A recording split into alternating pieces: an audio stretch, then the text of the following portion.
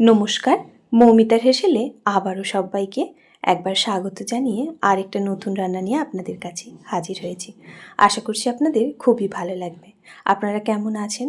আজকে একটা ফুলকপি রেসিপি বানিয়ে দেখাবো। ফুলকপি তো অনেকভাবে খেয়েছেন, আজকে এই ফুলকপিটা খেয়ে দেখুন, একেবারে ভিন্ন স্বাদে আর সবথেকে সেরা স্বাদ। তাই বলবো এরম একটা ফুলকপি কিন্তু অবশ্যই বানিয়ে নিন এই ঠান্ডা থাকতে থাকতে। ফুলকপিটা দেখুন, প্রথমেই একটা গোটা ফুলকপি নিয়েছি, সেটা প্রথমে কেটে নেব টুকরো টুকরো করে। আজকে যারা আমার নতুন চ্যানেলটা ভিজিট করছেন, যে সকল বন্ধুরা যদি চ্যানেলটা সাবস্ক্রাইব করা না থাকে, চ্যানেলটিকে সাবস্ক্রাইব করে পাশে থাকা বেল বাটনটা প্রেস করে প্লিজ পাশে থাকবেন। দেখুন, ঠিক ফুলকপিগুলো বড় বড় করেই কিন্তু আমি কেটে নিচ্ছি।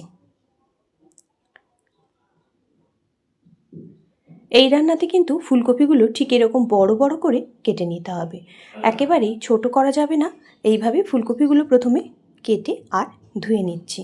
এদিকে একটা মশলা বানাবো, তার জন্য দেখুন ফ্রাইং প্যান বসিয়েছি, অল্প একটু সাদা তেল দিলাম, তার সাথে কয়েক কোয়া রসুন, কয়েকটা কাজু আর দিয়ে দিচ্ছি কয়েকটা গোটা মশলা, ছোটো এলাচ, বড় এলাচ, দারুচিনি আর দিয়ে দিলাম জয়িত্রী দিয়ে দিলাম। দিয়ে একটুখানি প্রথমে ভালো করে ভেজে নিয়েছি। এবার এই ওপর থেকে একটা পেঁয়াজ কুচি করে দিয়ে দিলাম। পেঁয়াজটা দিয়ে প্রথমে একটুখানি ভেজে নিতে হবে। এখানে পেঁয়াজটা খুব বেশি ভাজার দরকার নেই, অল্প একটুখানি পেঁয়াজটা ভেজে নিতে হবে। পেঁয়াজটা অল্প একটু এরকম ভাজা ভাজা হয়ে গেলেই এর মধ্যে অ্যাড করব পোস্ত। 1 টেবিল চামচ আমি এখানে পোস্তর ব্যবহার করেছি। তার সাথে দিয়ে দিলাম 1 টেবিল চামচ তিল, সাদা তিল দিয়ে বেশ ভালো করে আবারও একবার ভেজে নেব। এই মশলাগুলো অল্প একটুখানি ভেজে নিয়ে ঠান্ডা করে আর তুলে নিতে হবে। দেখুন, ঠিক এইভাবেই ঠান্ডা করে এবার আমি এটা বেটে নেব।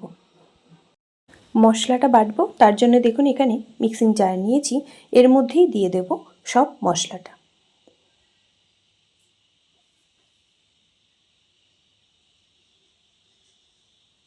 পুরো মশলাটা দিয়ে এবারেই প্রথমে এটা একটুখানি বেটে নিতে হবে বেশ ভালো করে। এবারেই গ্যাসের মধ্যে কড়াই বসিয়ে দিয়েছি, কড়াইটা বেশ ভালো করে গরম হয়ে গেলেই দিয়ে দিলাম সাদা তেল। এই রান্নাটা কিন্তু পুরোপুরি সাদা তেলে করতে হবে। তারপরেই ওপর থেকে দিয়ে দিলাম কেটে রাখা ফুলকপিগুলো। এবারে টেস্ট ব্যালেন্সের জন্য দিয়ে দিলাম লবণ, যাতে করে লবণটা দিলে ফুলকপিগুলো খুব সহজে সেদ্ধ হয়ে যাবে আর রান্নাটাও খুব সহজে হয়ে যাবে। তাই ফুলকপির সঙ্গে লবণটা দিয়ে ভালো করে মিশিয়ে নিয়ে এবারেই ঢেকে খানিকক্ষণ রেখে দেবো একেবারেই লো ফ্লেমে, যাতে করে ফুলকপিটা খুব সুন্দরভাবে সেদ্ধ হয়। দেখুন, ঢেকে রেখেছিলাম, অনেকটাই সফট হয়ে গেছে ফুলকপিটা।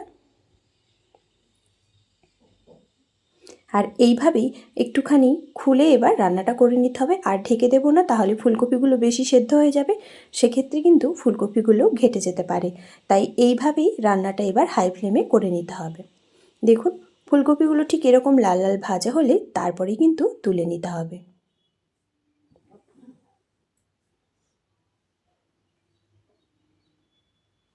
ফুলকপিগুলো দেখুন আমার সুন্দরভাবে ভাজা হয়ে গেছে, এবারে আমি এটা তুলে নিচ্ছি। এবার ওই তেলের মধ্যেই অ্যাড করছি ঝালের জন্য কাঁচা লঙ্কা। কাঁচা লঙ্কাটা যেরম পরিমাণ ঝাল পছন্দ করবেন সেই অনুপাতেই কিন্তু ব্যবহার করবেন। এবারেই দিয়ে দেবো এর মধ্যে বেটে রাখা মশলাটা। দিয়ে বেশ ভালো করে একটুখানি প্রথমে ভেজে নিতে হবে, তবে মশলাগুলো সবই ভাজা আছে তাই খুব বেশি ভাজার প্রয়োজন নেই। আর দিয়ে দিলাম এখানে গোলমরিচের গুঁড়ো 1/2 টিস্পুন মতো, যাতে করে ঝালটা বেশ ভালো লাগে। এই রান্নায় কিন্তু একেবারেই শুকনো লঙ্কার ব্যবহার করবেন না, কাঁচা লঙ্কা আর গোলমরিচের গুঁড়ো দিয়েই কিন্তু রান্নাটা করতে হবে। দেখুন, মশলাটা কিন্তু ভালো করেই ভাজা হয়ে গেছে। এবারে উপর থেকে দিয়ে দিলাম গরম মশলার গুঁড়ো। আমি কিন্তু এখানে শাহি গরম মশলা ব্যবহার করিনি, আমি এখানে ব্যবহার করেছি এভারেস্টের গরম মশলা। তার সাথেই দিলাম টেস্ট ব্যালেন্সের জন্য চিনি আর দিয়ে দিলাম লবণ। দিয়ে বেশ ভালো করে আবার একটুখানি ভেজে নেব।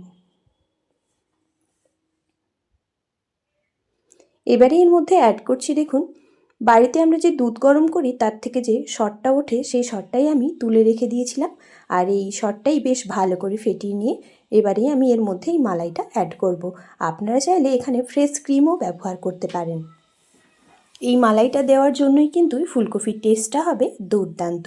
অবশ্যই একবার বাড়িতে বানিয়ে দেখুন, আশা করছি আপনাদের ভীষণ ভালো লাগবে।